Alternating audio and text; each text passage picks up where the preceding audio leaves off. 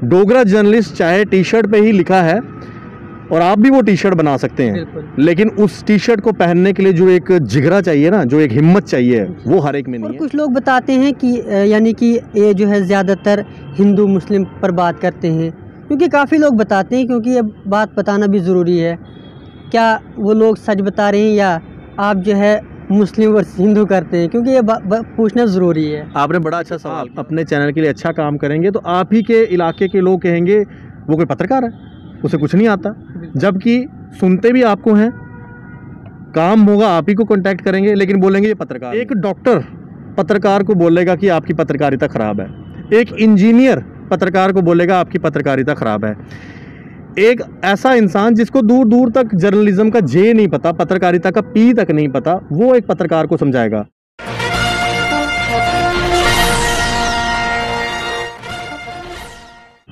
आदाब नाज़रीन, आप देख रहे हैं जे के दास्तान और मैं हूं आपका मेज़बान बिलाल बिलसी आपकी खिदमत में हाजिर। आज हमारे साथ मौजूद हैं आशिक़ कोहली जी, जो डोगरा जर्नलिस्ट के नाम से काफ़ी मशहूर हैं और आप सभी इनको जानते हैं।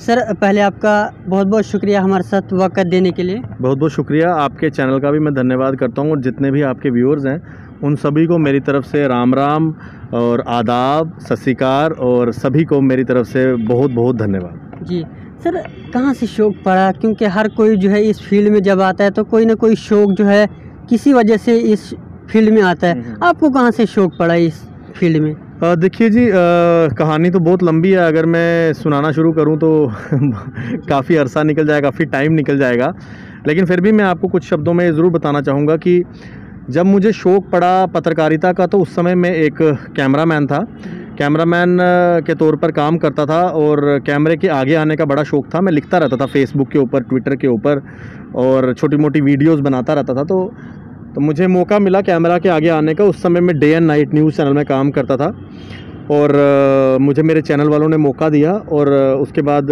ये सफ़र शुरू हो गया। और फिर मुझे ऐसा लगा कि जम्मू के लोगों को ज़रूरत है एक पत्रकार की, और जहाँ पर कश्मीर में कई सारे पत्रकार सिर्फ़ कश्मीर की बात करते हैं, हमारा सूबा जम्मू जो है जिसके 10 डिस्ट्रिक्ट हैं, उन 10 डिस्ट्रिक्ट्स की कौन बात करेगा? कश्मीर के 10 डिस्ट्रिक्ट्स की बात करने के लिए कश्मीर के पत्रकार हैं, ऑल ओवर इंडिया से लोग बात करते हैं। जम्मू की बात कौन करेगा? कौन करेगा डोडा की बात? कौन करेगा किश्तवाड़ की, रजौरी की, हमारे पुंछ की, बसोली की, बनी की, कठुआ की, सांबा की, कौन करेगा? उधमपुर की कौन करेगा? तो मुझे ऐसा लगा कि मुझे अपने जम्मू के लोगों के लिए काम करना है और हर खित्ते को रिप्रेजेंट करने की कोशिश करता हूँ। कई बार सब जगह पर नहीं पहुँच पाता हूँ, लेकिन फिर भी कोशिश करता हूँ हर जगह पर पहुँचूँ और लोगों की आवाज़ बनकर सबके सामने आऊँ और सबको इंसाफ दिलाने में कोशिश कर सकूं। और मेरी आदत यही रहती है और मेरी कोशिश ये रहती है कि जितने भी लोग मेरे से कांटेक्ट करें, उनका कोई भी जेन्युइन रीज़न हो, मैं उस चीज़ को एडमिनिस्ट्रेशन के सामने लेके आऊँ, सरकार के सामने लेके आऊँ और उनका मसला हल हो। मेरी प्रायोरिटी है जम्मू के हॉस्पिटल्स, मेरी प्रायोरिटी है जम्मू का एजुकेशन सेक्टर, मेरी प्रायोरिटी है जम्मू के सोशल कॉजेज़, उसके ऊपर मैं ज़्यादा फोकस करता हूँ। और बाकी ओवरऑल ख़बरों के ऊपर नज़र बनाए रखना और मेरे लोगों का प्यार मिलता रहता है। आपने मुझे डोगरा जर्नलिस्ट के नाम से शुरुआत में बोला, तो मैं, कई लोगों को बड़ी परेशानी भी होती है मेरे नाम के साथ डोगरा जर्नलिस्ट क्यों लिखा हुआ है। कई लोग कहते हैं कि टी शर्ट के ऊपर अपना नाम लिख लेने से कोई डोगरा जर्नलिस्ट नहीं होता। तो मैं उनको एक बात का जवाब दे दूँ, डोगरा जर्नलिस्ट चाहे टी शर्ट पर ही लिखा है और आप भी वो टी शर्ट बना सकते हैं, लेकिन उस टी शर्ट को पहनने के लिए जो एक जिगरा चाहिए ना, जो एक हिम्मत चाहिए, वो हर एक में नहीं है। जो मैं डालता हूँ ना वो टी शर्ट, और लोग मुझे डोगरा जर्नलिस्ट के नाम से संबोधित करते हैं, मुझे बुलाते हैं, वो मैंने नाम कमाया हुआ है। ये वो लोग नहीं जानते जो सिर्फ टीआरपी के लिए या अपने नाम की वाहवाही के लिए कुछ दिनों के लिए सोशल मीडिया पर आते हैं और किसी का उपहास बना के, किसी का मजाक बनाकर अपनी जो है टीआरपी खाना चाहते हैं और अपनी रोज़ी रोटी चलाते हैं, वो नहीं जान सकते। लेकिन हाँ, मेरे को प्यार मेरे लोगों ने दिया है, डोगरा जर्नलिस्ट के नाम से मुझे जानते हैं लोग, और मैं उन लोगों को कभी मायूस नहीं होने दूंगा, निराश नहीं होने दूंगा। डोगरा जर्नलिस्ट सभी का है, कश्मीर से भी बड़े लोग मेरे जो है न्यूज़ को पसंद करते हैं, मैं उनका भी धन्यवाद करता हूं, मेरे कश्मीरी भाई। और कभी भी उनको दिक्कत आती है वो मेरे से कांटेक्ट करते हैं, मैं उनकी आवाज़ भी बन के सामने आता हूं। जी आशिक़ भाई, जानने की कोशिश करें कि जो आपने बताया कि डोगरा जर्नलिस्ट किसी ने कहा था कि लिखने पर जो है इस तरह कहा जाता है। देखिए आप जो है पूरे जम्मू को रिप्रेजेंट कर रहे हैं, तो उनको क्या तकलीफ़ है इस बात से? देखिए बात ऐसी होती है कि जनाब, जब आप कोई अच्छा काम करेंगे ना तो तकलीफ़ लोगों को होगी। बिल्कुल। जब आप कोई अच्छा काम नहीं करेंगे आपसे किसी को तकलीफ़ नहीं होगी, क्योंकि हमेशा तकलीफ़ उन्हीं लोगों से होती है जो अच्छा काम करते हैं। जैसे कि आप अपने चैनल के लिए अच्छा काम करेंगे तो आप ही के इलाके के लोग कहेंगे वो कोई पत्रकार है, उसे कुछ नहीं आता, जबकि सुनते भी आपको हैं, काम होगा आप ही को कांटेक्ट करेंगे, लेकिन बोलेंगे ये पत्रकार नहीं है। तो मैं तो साफ सी बात करता हूँ, कईयों को मेरी बात बुरी भी लगती है। अगर आपको ऐसा लगता है कि मैं पत्रकार नहीं हूँ या आप नहीं हैं, तो भाई हमें फॉलो करना छोड़ दें। फॉलो भी आपने हमें ही करना है, खबर भी आपको हम ही देंगे और बोलना भी आपने हमें ही है। आजकल ना एक प्रॉब्लम हो गई है, वो प्रॉब्लम पता है क्या है? आपने भी वो नोटिस की होगी। एक डॉक्टर पत्रकार को बोलेगा कि आपकी पत्रकारिता ख़राब है, एक इंजीनियर पत्रकार को बोलेगा आपकी पत्रकारिता ख़राब है, एक ऐसा इंसान जिसको दूर दूर तक जर्नलिज्म का जे नहीं पता, पत्रकारिता का पी तक नहीं पता, वो एक पत्रकार को समझाएगा। मैं तो नहीं समझा सकता किसी डॉक्टर को कि आपने ऑपरेशन गलत किया, क्योंकि मैंने डॉक्टरी नहीं की। मैं इंजीनियर को नहीं बता सकता कि ये पुल टेढ़ा बना है, क्योंकि मैंने इंजीनियरिंग नहीं की है। मैं किसी इंटीरियर डिज़ाइनर को ये नहीं बता सकता कि आपने ये यहाँ पर जो है ये प्लेसमेंट गलत किया, क्योंकि मैंने इंटीरियर डिज़ाइनिंग नहीं की है। मैं पत्रकारिता करता हूँ, इसलिए मैं उन सब लोगों को कहना चाहूँगा आप अपना काम करें, और अगर आपको लगता है कि कोई चीज़ एड्रेस नहीं हो पा रही है वो हमें बताएं। ये मत बोलें कि आपको पत्रकारिता नहीं आती है, क्योंकि आपने पत्रकारिता नहीं की है। अगर आपको इतना ही शौक है पत्रकारों के ऊपर उंगली उठाने का या उनको चाटुकार बोलने का, तो आप छोड़ो अपना काम, आप भी पत्रकारिता में आ जाइए। हम भी देख लेंगे कितने दिन पत्रकारिता में काम कर सकते हैं, और कितने दिन सुबह से लेकर शाम तक जब धूप में खड़े होना पड़ता है तो पता चल जाता है, नानी याद आ जाती है। आसान काम नहीं है पत्रकारिता। जो घर में बैठ के एसी ऑन करके ना या टीवी ऑन करके खाली फेसबुक पे लिखते रहते हैं ना, उनको नहीं पता है पत्रकारिता क्या होता है। हमें पता है पत्रकारिता क्या है, आपको पता है। जब 4-4 दिन एनकाउंटर चलता है ना, घर में हम जाते नहीं हैं, खाना नहीं खाते हैं, सिक्योरिटी वालों के साथ खड़े रहते हैं। जब तेंदुआ बाहर घूमता है ना, हम कवर करके आपको दिखाते हैं अपनी जान हथेली पर लेके। आप तो एसी ऑन करते हैं, फटाफट कमेंट कर देते हैं।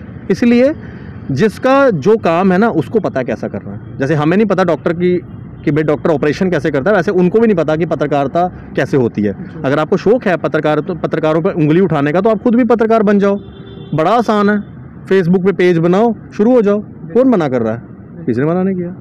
जी, आए रोज़ जो है पत्रकारिता पर जो है सवाल उठाए जा रहे हैं, कभी हमले हो जाते हैं। क्या वजह रहती है? लोग इतना जो है पत्रकार पर जो है इतने दुखी क्यों हो रहे हैं? क्या वजह है? यानी कि पत्रकार जो है इतना काम करने के बावजूद भी जो है लोगों के फेवर में बताता है, फिर भी हमलाबाजी हो रही है। क्या वजह है? मैं आपको बताता हूँ बेसिकली बात क्या है। मैं इसमें शुरुआत में ये बोलना चाहूँगा, कई लोग आजकल पत्रकारों को बोलते हैं गोदी मीडिया। सुना आपने? गोदी मीडिया जी, ये चाटुकार पत्रकार है। मैं उन्हीं से सवाल पूछना चाहूँगा, गोदी मीडिया का मतलब क्या होता है? कोई मुझे बताए गोदी मीडिया क्या है, कोई मुझे बताए चाटुकार पत्रकार क्या होते हैं। अगर सपोज़ करो कोई शख्स ऐसा बोलता है कि अगर कोई बीजेपी की न्यूज़ कर रहा है तो दूसरा शख्स को लगता है ये गोदी मीडिया है, तो मैं उन्हीं से सवाल करता हूँ, इसका मतलब अगर वो कांग्रेस की खबर करेगा तो फिर वो गोदी मीडिया कांग्रेस का हो गया। इसका मतलब ये जो टर्म है ना गोदी मीडिया और चाटुकार पत्रकार, ये उन्हीं को ही नहीं पता है, वो कंफ्यूज हैं बेसिकली। उनको खुद नहीं पता, इतने फ्रस्ट्रेशन में है ना, उनको खुद ही नहीं पता कि ये इस टर्म का मतलब क्या है। इसीलिए मैंने पहले कहा जिसका काम है ना उसी को ही भाता है। जैसे मेरे पत्रकार भाई हैं, मेरे फोटोग्राफ़र भाई हैं, सुबह से लेकर शाम तक काम करते रहते हैं, और उस फोटोग्राफ़र के काम के ऊपर कोई भी बंदा आएगा बोलेगा इसने फ़ोटो सही नहीं खींची है। मैं उसे सवाल करूँगा तुमने फ़ोटोग्राफ़ी कब सीखी? मतलब एक डॉक्टर फोटोग्राफर को बोलेगा तेरी फ़ोटो ख़राब है, इसी तरह से एक इंजीनियर पत्रकार को बोलेगा ये रिपोर्ट इसने गलत लिखी है। मेरा यही सवाल है उनसे कि पहले अगर आप इन पे उंगलियां उठा रहे हैं ना, तो आप पहले जर्नलिज़्म करके देखें, जर्नलिज़्म में आएँ, हमारे साथ दिन रात चलें ज़रा, फिर आपको समझ आएगा कि क्या होता है जर्नलिज़्म और किस तरह से पत्रकारिता होती है। इसीलिए ये लोग बेसिकली कुछ लोग फ्रस्ट्रेशन में हैं, और फ्रस्ट्रेशन का लेवल आज इतना बढ़ चुका है कि लोगों को समझ ही नहीं आ रहा वो क्या करें। ये वो लोग हैं जिनको घर में उनके परिवार वाले भी नहीं पूछते। देखो आपने कई चीज़ देखी होगी, आजकल क्या होता है हर चीज़ में लोग बोलते हैं ये गलत है, ये हुआ ये भी गलत है, ये भी गलत है, ये भी गलत है, ये भी गलत है, मतलब सब कुछ गलत है, सब कुछ गलत है। बिल्कुल। ये इसका कारण सबसे बड़ा ये है, इसको कहते हैं एक बंदे का ना फ्रस्ट्रेशन लेवल इतना बढ़ गया है कि उसको सब कुछ गलत लगता है, सब कुछ उसको गलत लगता है। इसके लिए जिन लोगों की ऐसी दिक्कत है ना, उन लोगों को क्या करना चाहिए, एक अच्छे से डॉक्टर को कंसल्ट करना चाहिए।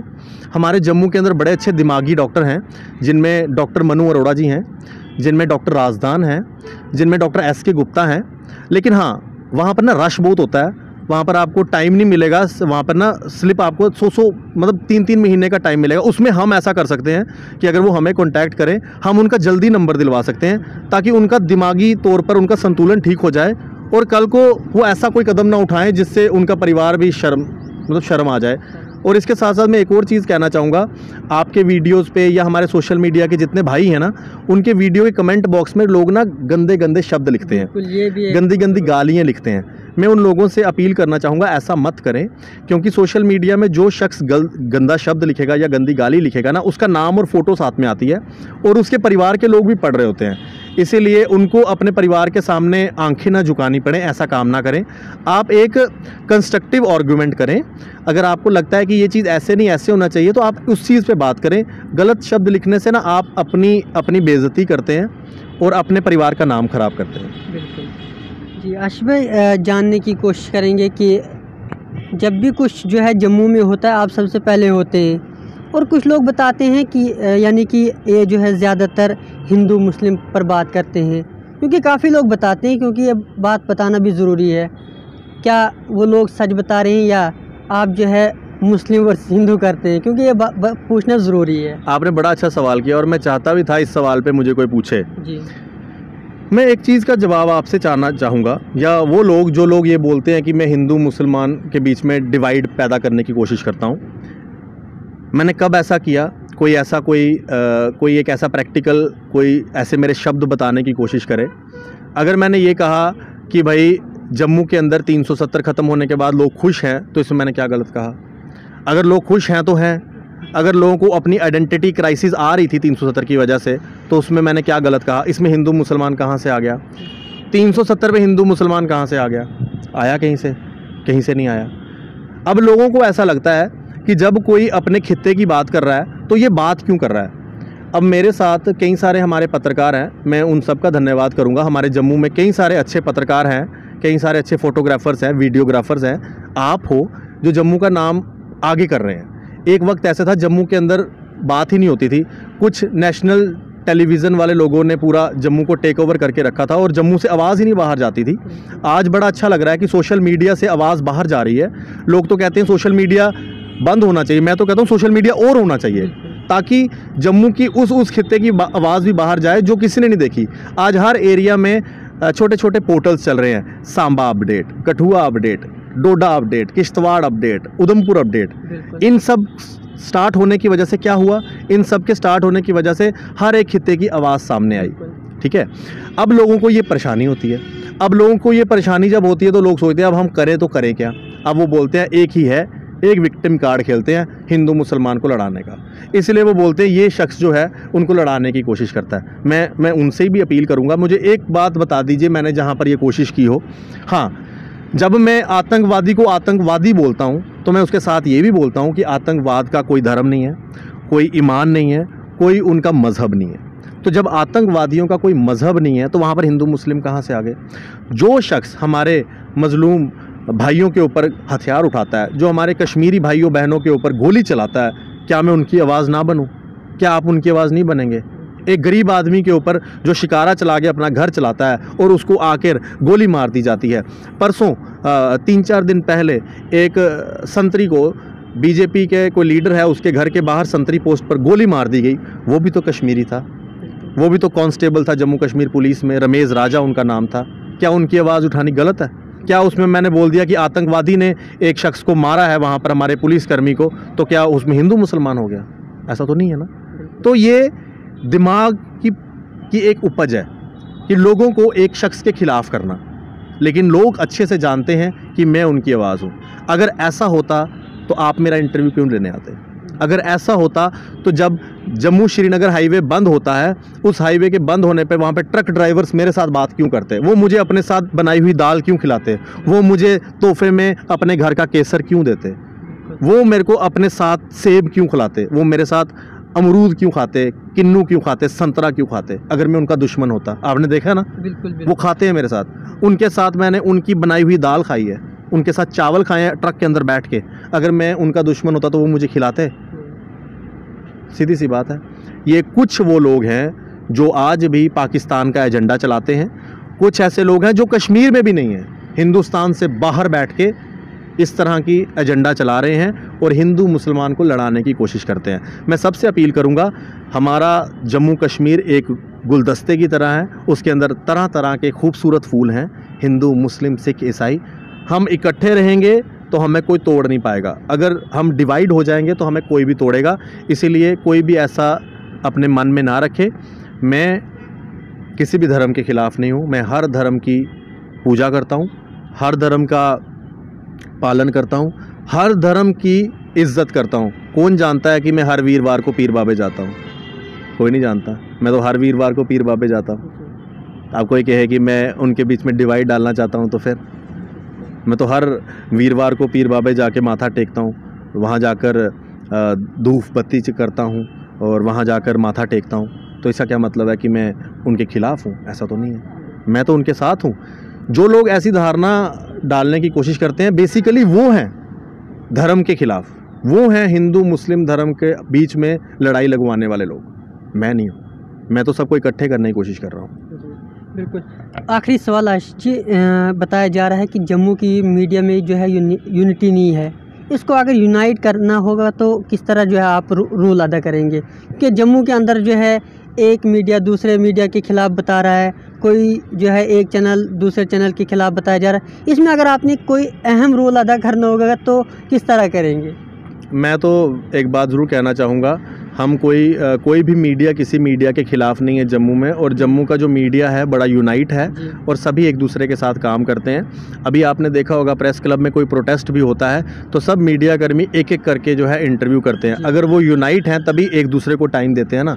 अभी मेरे सामने हमारे भाई 4 इंटरव्यू कर रहे थे, मैंने कहा मैं 5वें नंबर पर करूँगा, तो हम यूनाइट है ना। हमको लड़ थोड़ी रहे हैं कि वहाँ जाके लड़ाई करेंगे। हाँ, कई जगह पर ऐसी चीज़ आती है, उसमें ऐसा होता है कि कई बार कुछ मीडिया कर्मी जो हैं वेस्टर्न इंटरेस्ट लेके सामने आते हैं। मैं तो वेस्टर्न इंटरेस्ट को कभी भी सपोर्ट नहीं करता हूँ। जहाँ पर किसी के पारिवारिक मामले के अंदर घुस के किसी के घर में घुस जाओ और किसी के घर में जाकर किसी परिवार को तंग करो या किसी मिठाई की दुकान पर जाकर उनको ब्लैकमेल करो, ये काम हम नहीं करते हैं। हाँ, ये काम जो करते हैं उनको ऐसा काम नहीं करना चाहिए, उससे पूरे मीडिया की बदनामी होती है। वैसे हमारे जम्मू के जितने भी मीडिया कर्मी हैं बड़े ही अच्छे हैं और बड़े ही इज़्ज़तदार हैं, और हमारा जम्मू का मीडिया अब एक पहचान बनता जा रहा है पूरे इंडिया के सामने और कश्मीर के सामने। कश्मीर में भी आज कई बार ऐसी बात होती है, मैं अपनी बात इसलिए कर रहा हूँ क्योंकि मैंने अपने लिए सुना है, बाकी भाइयों के लिए भी ऐसी बात होती होगी। कुछ दिन पहले जम्मू कश्मीर बैंक का रिज़ल्ट आया था, तो वहाँ पर मुझे एक बंदे ने स्क्रीनशॉट भेजा। उन्होंने ये कहा कि बैंक के रिज़ल्ट आने के बाद वहाँ पर एक ग्रुप बना हुआ है बैंक के बच्चों का, उन्होंने आपस में ये लिखा हुआ था कि भाई आज बैंक का रिज़ल्ट निकला है, हमारे लोग कम हैं, हमारी कोई आवाज़ नहीं उठा रहा, हमें एक आशीष कोहली चाहिए कश्मीर में। तो शायद कश्मीर को भी लग रहा है कि जम्मू के पत्रकार आवाज़ उठाते हैं जम्मू की, तो कश्मीर को भी ऐसे पत्रकार चाहिए जो कश्मीर की आवाज़ उठाए, जो लोकल इश्यूज़ हैं वो नहीं उठाते हैं, जिसका रोल मेन अदा कर रहा है हमारा सोशल मीडिया।